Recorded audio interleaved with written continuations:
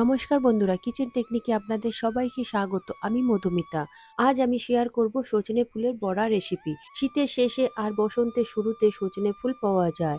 এই ফুলের বড়া ভীষণই উপকার। গরম ভাতের সাথে মুচমুচে সজনে ফুলের বড়া অসাধারণ লাগে। আমি কিভাবে তৈরি করি সজনে ফুলের বড়া তা এই ভিডিওতে দেখাবো। নিয়েছি আমি এখানে 1 বাটি পরিমাণ সজনে ফুল। সজনে ফুলগুলো খুব ভালো করে বেছে ধুয়ে পরিষ্কার করে নিতে হবে, যেহেতু এতে পোকা থাকে।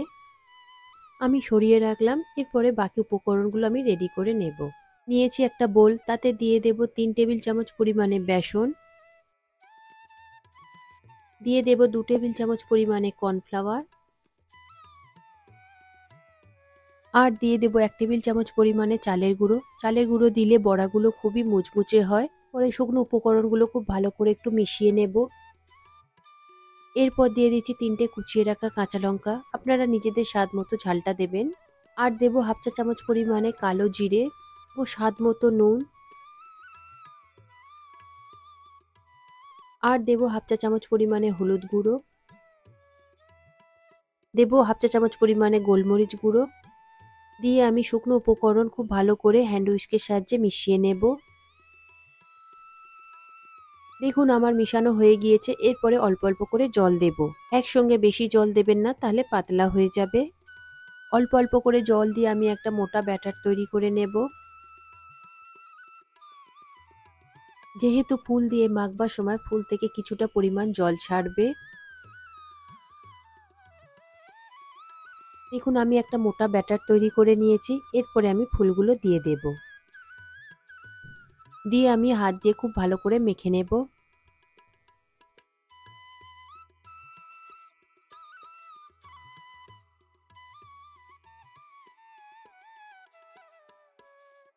ফুল থেকে আমার অনেকটাই জল ছেড়ে দিচ্ছে। এই কারণে ব্যাটারটা দেখুন কতটা পাতলা মতন হয়ে গিয়েছে। খুব বেশি মোটা করবেন না, আবার খুব বেশি পাতলাও করবেন না।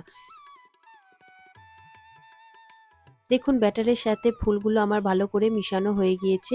এরপরে দিয়ে দিচ্ছি উপর থেকে 1 টেবিল চামচ পরিমাণে রোস্টেড সাদা তিল। তিল দিয়ে আমি খুব ভালো করে মিশিয়ে নেব। দেখুন আমার মিশানো হয়ে গিয়েছে। এরপরে আমি এই ব্যাটারটাকে 5 মিনিটের জন্য রেস্টে রেখে দেব। এরপর একটা কড়াই নিয়েছি। কড়াইটা গরম হলে দিয়ে দেব প্রয়োজন মতো সাদা তেল। যেহেতু বড়াগুলো ডিপ ফ্রাই হবে, তাই প্রয়োজন মতো একটু সাদা তেল লাগবে।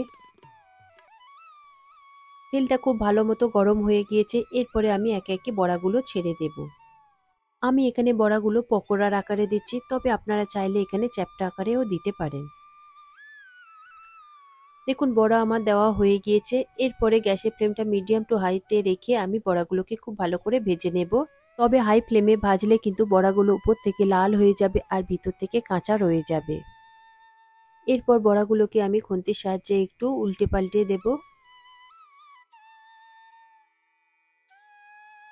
তবে বড়াগুলো ভাজতে কিন্তু বেশি সময় লাগে না। এখানে 3 থেকে 4 মিনিট মতো মিডিয়াম টু হাই ফ্লেমে ভাজলেই বড়াগুলো রেডি হয়ে যাবে। দেখুন বড়াগুলো কালার চলে এসেছে।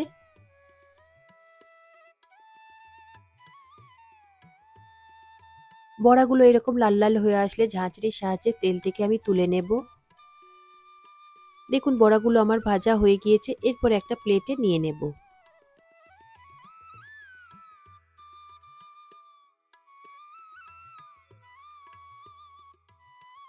এরপর বাকি বড়াগুলো ঠিক একই রকম ভাবে ভেজে নেবেন।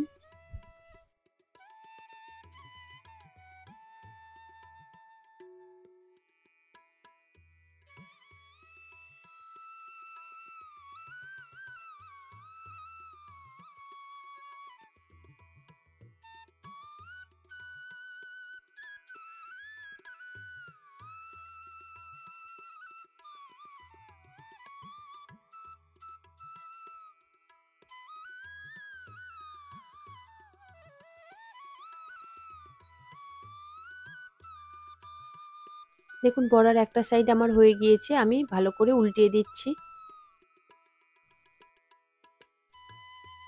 দেখুন বড়াগুলো সুন্দর কালার চলে এসেছে। এরপরে আমি ঝাঁঝরির সাহায্যে তেল থেকে তুলে নেব। তবে বেশি লাল লাল করে ভাজবেন না, তাহলে বড়াগুলো তিতো লাগবে। যেহেতু ফুলটা এমনিতেও একটু তিতো ভাব আছে। সাদা তিল দেওয়াতে বড়াগুলো যেমন সুন্দর টেস্ট হয় আর দেখতেও খুবই সুন্দর লাগে। এইভাবে বড়া বানালে বড়া ঠান্ডা হলেও মুচমুচে থাকবে। দেখুন আমার সব বড়া ভাজা হয়ে গিয়েছে। বড়াগুলো যেমন মুচমুচে হয়েছে তেমন খেতেও অসাধারণ হয়েছে।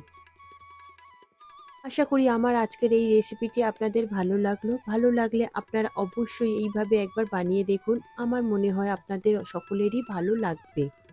ভালো লাগলে লাইক শেয়ার করবার অনুরোধ রইল। সাথে এই রকম সব নিত্য নতুন রেসিপি পাওয়ার জন্য কিচেন টেকনিককে সাবস্ক্রাইব করে পাশে থাকার অনুরোধ রইল। তবে আজকের মতো এই পর্যন্ত, আবারও দেখা হবে অন্য কোনো রেসিপির সাথে। সবাই ভালো থাকবেন, সুস্থ থাকবেন আর ভিডিওটি পুরো দেখবার জন্য অসংখ্য ধন্যবাদ।